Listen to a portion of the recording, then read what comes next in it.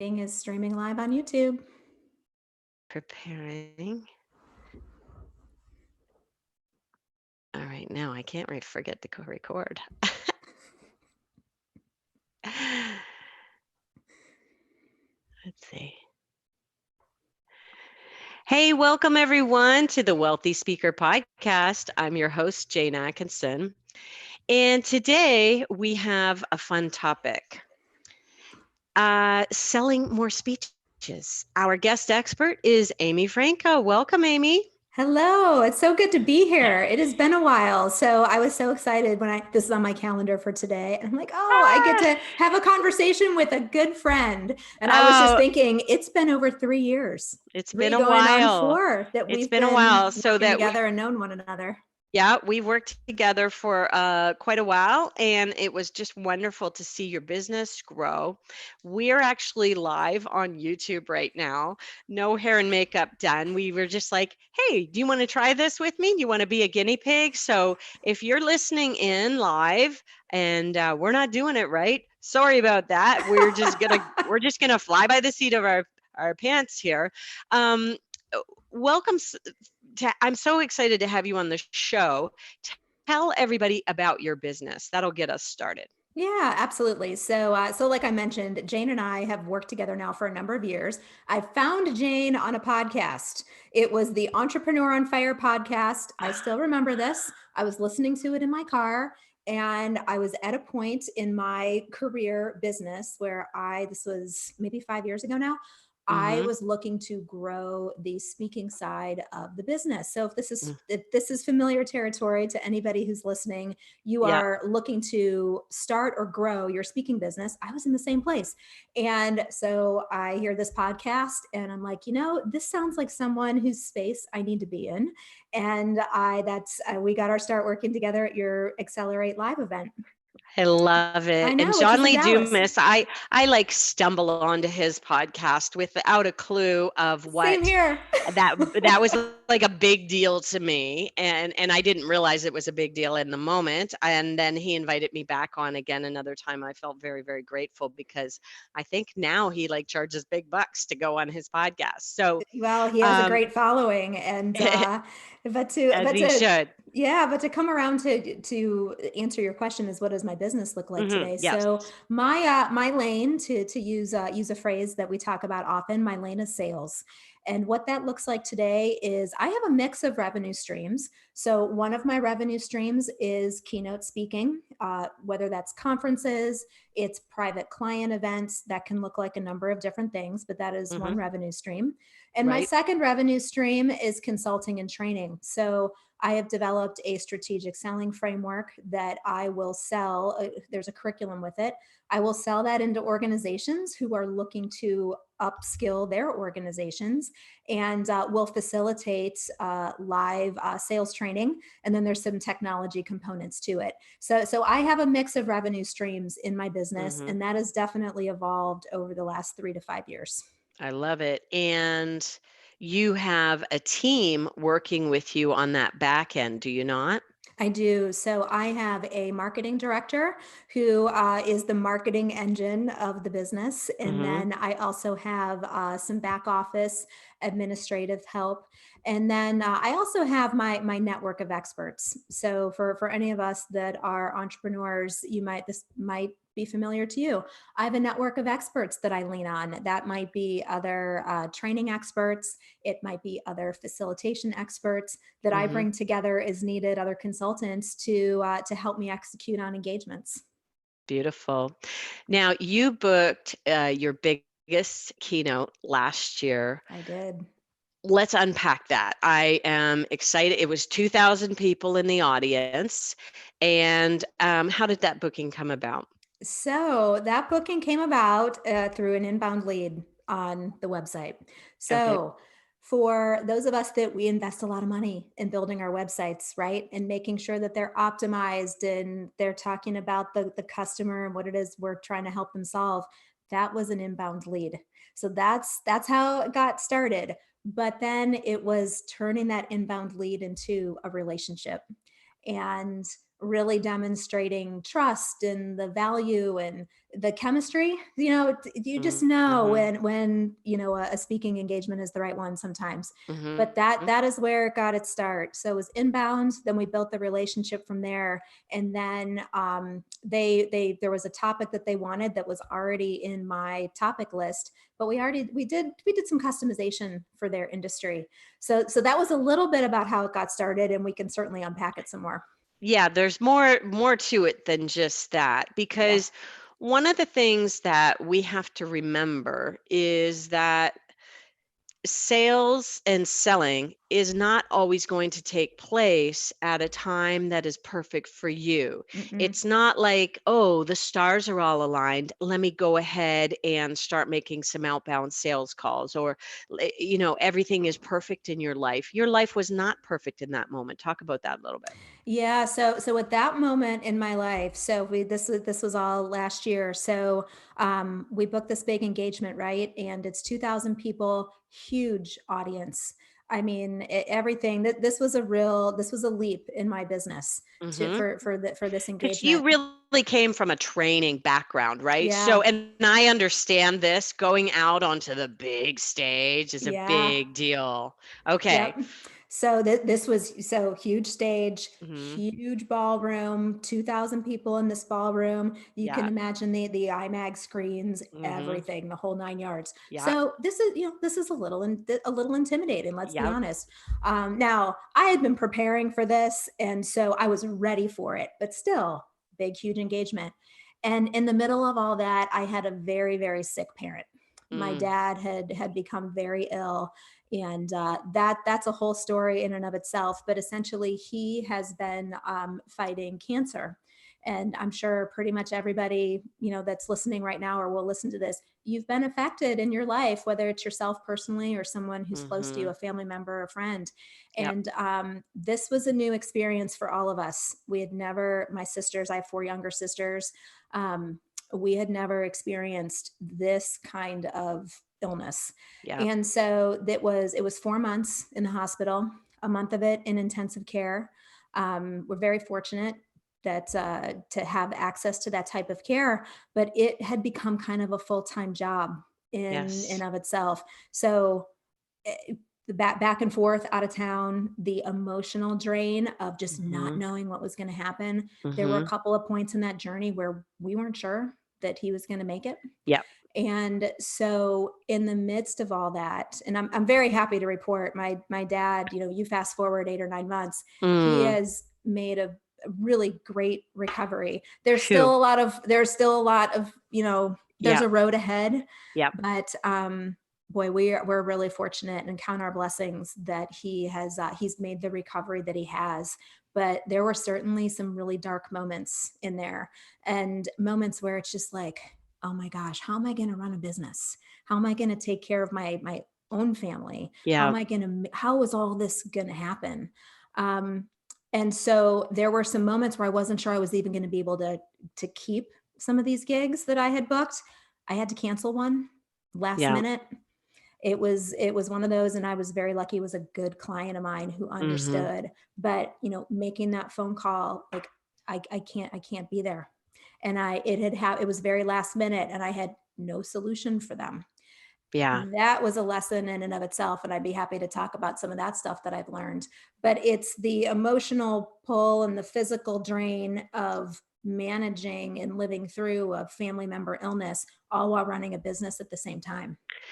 And I can relate to this to such a degree. I don't know if you know this story or not, but the very first time I ever ran my mastermind, which is now called Inner Circle Mastermind, the very first running of that program, uh, my dad passed away and I couldn't Mm, make it. yeah. So I'm launching the event in Dallas, and I've got maybe 10 people coming into Dallas to meet me, and I couldn't come. I'm like, sorry, guys. My Yeah. dad just passed away, and he had had cancer several times. So I can totally, that you think if the cancer doesn't kill them, it'll be the chemo that kills them, right? There's all the treatments that That's really, it. they come so close to the edge. And Yeah. so we had been through that 2 or 3 times before he actually passed away. But Vince Pacenti, bless his heart, stepped in for me and ran the weekend. And interesting, he bonded with them in a way that I never did. I had some Aw. really amazing people in my class that year, and I never really gelled with them in a way that he did because I just wasn't there. And talk about a situation. So I get it. So here you are, you're going to deliver a presentation to 2,000 people. You've got all of this swirling in the background. How did you like compartmentalize and block out what was going on and really get up on that stage and deliver? Yeah, so this my dad was really ill in July of last year, and this Mhm. keynote happened in August. Oh. So this was all kind of running together, and he was in the hospital for at least 2 or 3 months after that keynote. So we were Mhm. kind of in the thick of it. So really, if I could kind of break it down into how I handled it, and Mhm. you know, the first is my team really helped keep the wheels on the bus. 100%. It's we can, even though my name is on the website, my name is in the program, Yeah. I'm the person that's up on stage. Nothing to me, nothing happens without the support of my team. So when I could not do certain things, there are certain things you have to be there for as the speaker, right? Mhm. But my team totally kept all the wheels on the bus, the marketing So wheels, the logistical wheels, working with the shout client. out to team, Yeah. big time. And you're probably sitting in the hospital room texting people and slacking people and, Hmm. setting things up and keeping the balls going. But that's what you have to do. And in those moments of quiet, then, you just keep moving the ball forward in whatever small increments you can. What else can you do, right? Yeah, and the couple of other things. Eh, when I focus when I could focus. So I knew that the topic that I had was a topic that I have delivered before, and I knew, like you talk about knowing it in your bones. I knew it. So I wasn't taking on a topic or something that needed a lot of Yeah. new exploration, new content development. I customize every talk, Yeah. but the core content I really knew. And that was really important, because then if I had an hour where I'm like, okay, I've just got to shut all this other stuff out and just focus on writing this, or adjusting this keynote, or doing whatever I needed to do for the client, Mhm. practicing it, that I just used that time that I had and just made sure I'd have to turn off the phone.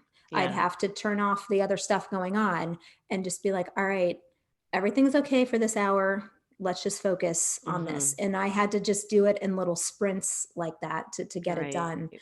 Um, oh, did you want to ask me something about that? Well, who were the people in the audience? I'm curious about Oh, how yeah. these were obviously salespeople, right?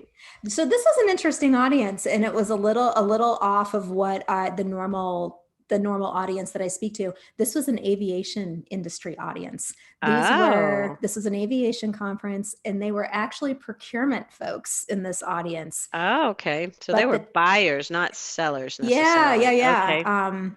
So there were some sales in the audience, but it was primarily procurement people. But Okay. the topic was strategic relationships, which Ah. is a topic that I talk on very regularly and is very adaptable to different audiences. And So this is your comfort zone, but you are getting in, you're standing backstage and you're watching what's going on.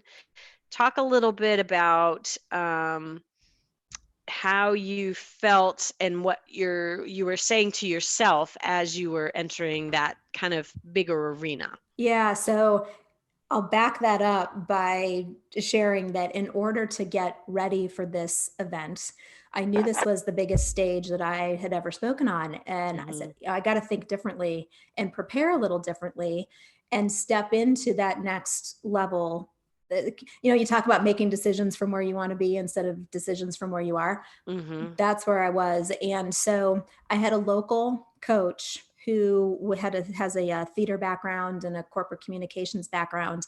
I hired her and I said, I need your help. Here's the situation. Here's the stage. Here's the audience. And she said, all right, we're going to book a theater downtown. It's not going to be 2,000 people, but it's, Right. it's going to be big. You're going to step onto the stage and we're going to rehearse. We're going to practice, and we're going to practice key elements of your talk. We didn't practice everything all the way through. We Mhm. practiced the moments that we really felt were going to be the big moments. Okay, So great. that was like the opening, a couple of things that I really wanted to make sure I got right in the middle. And Mhm. then how do you want to close it? So that was the prep before getting I onto love that big it. So stage. you learned how to use the whole stage, Yes. and there were going to be key moments when you came back to maybe the center stage, your power position, that type of thing. I think it's called blocking, where you're kind of moving around the stage. And were there lights in your eyes? Could you see Yes. the audience in this particular? Could you see the front row? Barely. So Yeah. you're in that room, and the lights are very bright, and Yeah. I could maybe see the first table in front of me, Wow. but then you walk onto the stage, they announce you, you're Yeah. stepping onto the stage, you're seeing maybe that table, but the rest you're just kind of looking out, and it's dark, Yeah. and you have to imagine them there, That's and you have something to get to. used to. That's really something to get used to. And being prepared for that is really important when you get to the show, the bigs, up onto the big stages. You have to understand that the production means that the lights are going to be in your eyes and you may not be able to see anybody.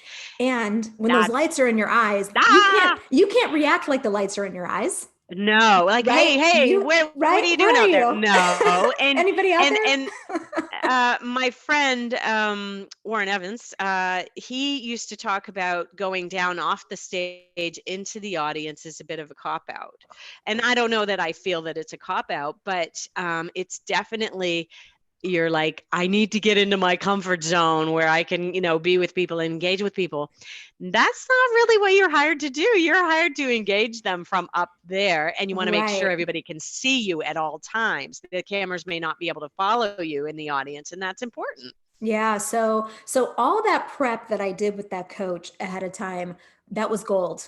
Had I not done that, I know I wouldn't have been as confident, as well Yeah. prepared. There's always going to be a little something that you have to pay attention, or you have to expect the unexpected. So Yeah. the very bright lights, or in this particular setting, there was some like really big room, kind of some reverb in the room, and Oh. just having Hearing to. myself drives me crazy. I started us up on YouTube, but then I could hear myself, so I'm actually not even seeing what we're doing over on YouTube, because that's really disconcerting. Yeah, so there's like that reverb in the room, and Uh-huh. that was not something that we could, practice or No. coach for, but just knowing that some of those little things are going to happen. Mm-hmm. And um so you talk about what is that like, kind of stepping onto that stage for the first time. It's kind of taking that deep breath. Yeah. It's relaxing. I know myself, I'm nervous for the first like 2-3 minutes in. Mm-hmm. I know that about myself. And so I practiced for that. Mm-hmm. And before I stepped out onto the stage, I was like, I already know this about myself. So it's a deep breath. It's physically slowing down and making sure to take up room on the stage and just allow things to land in that first 2 or 3 minutes. And Yeah. then I kind of get that out of my system, and I'm all right. Yeah, because you're teeny tiny. Like going out, taking up room on a stage is not the easiest thing for When you're someone 5 feet who's, tall, it's yeah, it's like not it's five not feet easy to do. nothing. Yeah, that's amazing. Good for you. Well, I'm so excited for you. And I know that you learned a lot from that experience.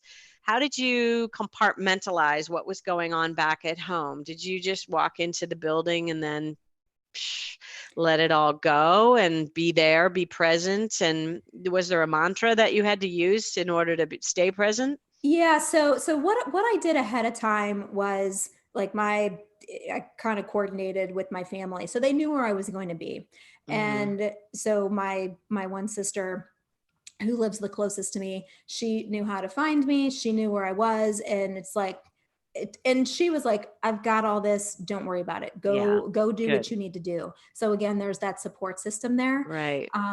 But for myself, yes, when I got on the plane, that was kind of my point where it's like, all right, now I'm getting into the mode. Yep. Get on the plane, you get to the hotel. So just getting on that plane for me got Mm-hmm. me into the mode. And it's like, Yep. all right, I can be like a normal business person right now and Yes. not a worried daughter. Yes. I can be a normal business person. I'm a keynote speaker and just getting into Mm. that mindset. As far as mantras go, I didn't really have a specific mantra, if you will, but it definitely was the mindset of set all this stuff aside for this Mm-hmm. time. It'll be here when you get back. Present. Maybe it's just Yeah. like be present, be with them, make it about them. One really easy technique when there's a lot on the line for you is to simply make it about them. Yeah. When you Yep. focus on them, then it takes the emphasis off of how high the stakes are for you or whatever it might be. I've had clients who were trying to come back after a misfire, and you know how you can be in your head after a flop, right? Yep. And that was how we worked it out, was that, look, let's just be there to serve them. Forget about yourself. It's all about them. Getting out of our heads, getting out of my head is in that type of way is really helpful. And one thing I learned from this whole experience, everyone has a story that is like that, or everyone has something in their life that they're dealing with, and Mhm. we may not know what it is. It might not be something that we might not know them well enough. They might not want to share that, but Yeah. everyone has something going on, and that's what kind of bonds us together as human beings. And that I learned a lot. I knew that I knew that intellectually, but I was able to process that emotionally and understand that we all have something going on. And to your point, it was about me helping them and about connecting with the audience, and that can help some of this other stuff, at least for like the time being, kind of float away. it'll Yeah. it'll be there when you get back. Good. Wow. So, any tips that you have for speakers? And I think we were going to talk about sales because that's your background, but we're really talking about, how to take to the big stage under fire. Yeah. So maybe that's what our title will be. Any tips for people who are going through something and have to maybe still keep the engine running back at the office? How do you keep things going when you are under fire? Yeah, so I'll share a couple things that really have helped me, and Okay. hopefully there's a nugget or two in there for everyone who's listening. So the first thing that I learned, especially when I had to call a client and I had to cancel. I mean, I had to cancel a fairly sizable gig. Um, luckily my client was very understanding, and it was an internal event, and they were able to kind of piece some things together. But Right. the lesson for me was, for my next set of speaking engagements over, say, like the next 90 days, Mhm. I had a backup plan for each of those. Yeah. So I had a couple of wing women and wingmen that I just explained what was going Yeah. on and said, if I can't step on this stage, I would 150% trust you to step on the stage. Yeah. Would you be willing to pencil this into your calendar? To a person, there, of course, I'd be happy to do that. So that just Beautiful. took a lot of weight off of my shoulders by I knowing I love at least had that. a plan. So when you go back to your client, don't bring a problem, bring a solution. Yeah.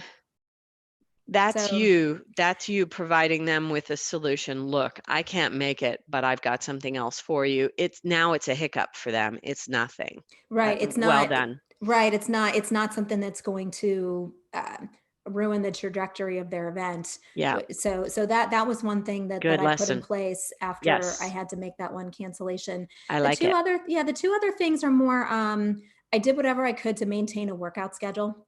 I I that I'm a big you get to know me enough. I'm a little bit of a fitness junkie.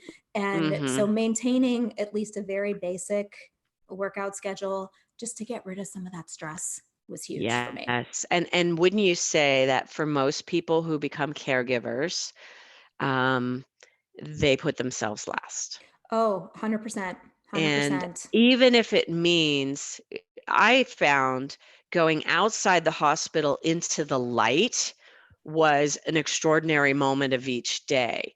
We were up on whatever floor, and it seems like we had no windows, and then we come down and into the light in the lobby, and it's freedom, right? Even if you go out and walk around the block just to get your some sunshine on your Anything face, like that. for Yeah. goodness sakes, take care of yourself, because I don't know, an empty well has nothing to give. And I So think true. a lot of times after my dad passed, my mom ended up in the hospital just days later because she was not filling up her own well at the same Yeah. time. And I He's wasn't was, even like I wasn't even like the caregiver, if you will. I was yeah. one of many involved. Mhm. So but just having that workout schedule or just taking those little breaks like you talked about helped a Mhm. ton. And the last thing was I have like a therapist coach. So I have someone that I go to regularly, Yeah. and just having that outside perspective to help me kind of process through what was Yeah. going on and to have that unbiased opinion and Yeah. the professional expertise to be able to offer up strategies to deal with it. We all need that from time to time, and Coping. that was a real game changer for me too. I think that mental health conversations keep coming more and more and more. Here in Canada, we're doing a really good job of having a lot of conversation around mental health and wellness. And I think that the more you talk about, hey, I've got somebody to talk to, everybody should have somebody to talk to. It's really, really helpful.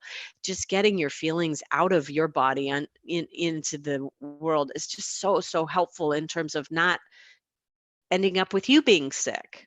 Right, right. Right? If you button them down, they lodge themselves in your body at a cellular level, and then maybe you end up being sick if you don't cope with things in the moment or process them the way that you might need to. And I look at it the same as I would have a business coach or a speaking coach like Mhm. yourself. It's that outside perspective and experience to help us move to the next level, whether Yeah. that's a personal thing that we're dealing with, a business thing. Often the personal and the business intersect. They mix. So Yeah. right, they mix together. So Yeah. those three things really helped me a lot. I feel really grateful that I've been trained as a life coach, because there are lots of moments where clients need to be talked off the ledge, and that's just a figure of speech. I apologize if it's in poor taste. Um, uh, they are in dire shape. And so Yeah. you shift gears from business coach to life coach, because I think that that's really important. One of the final tips I'd like to offer for people is when you have something that takes you off course in your business happen, you lose focus, you can potentially lose momentum. It's just do small things to move the ball forward. You're sitting in a hospital room, just reach out to a client by email or something. Just do whatever you can. And please don't be so hard on yourself when you're not doing everything that you're supposed to be doing. I mean, you had to take 4 months and really just give yourself a little bit of grace, wouldn't you say? Oh yeah, for sure. Lots of things that I'm a hard charging type A, get it done kind of Right. personality. And there were just weeks where you couldn't get it done. Yeah. Nope. and Not to or the same degree. just didn't have No. the energy to get it done. But I think, and this Yeah. goes back to, we started to touch a little bit on the sales process and the sales aspect of it. Yeah. Little steps. If you have your big picture sales goals and sales plans, you get in a situation like this where you can't execute as much as you would like, Yeah. doing those small steps still adds up. And then Yeah. when you It really can get does. back to it full force, then everything that you've been doing, it's not lost. Yeah, yeah. You don't come to a cold hard stop. And I know that there are some situations that require that, but Totally. maybe Yeah. it's like team or something else that just little baby steps to keep the ball moving forward.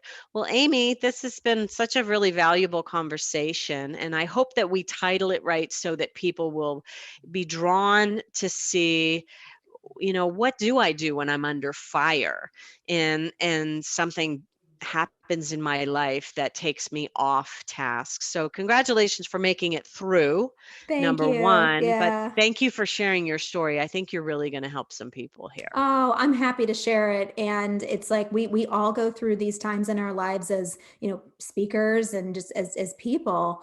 And I just it's coming out the other side. I can look back on it, and as hard as it was, there's a lot that I'm grateful for Yeah. in coming through that and learning from it. And it's there's a lot of good that has come out of it, and I feel like I've grown a lot as a person. So I hope this is helpful to people that are out there listening. Awesome. Awesome. And you go give that dad of yours a big hug from me, Oh, I please. will, absolutely consider it done. Okay. Well, thank you, Amy. If those of you who are listening in whatever format, maybe you found us on YouTube and you're like, who is Jane Atkinson and what in the heck are they talking about? We're actually a part of the Wealthy Speaker podcast, and you can find us over at speakerlauncher.com. We are actually going to put a link to this video so that if you're listening in like you normally do on iTunes or wherever, and you think, oh, hey, I'd like to see what that video looked like, come on over and we will put a link on in the show notes. All right, if you're listening, thank you again for your time. And with that, we will say, see you soon, wealthy speakers. Bye for now, everyone.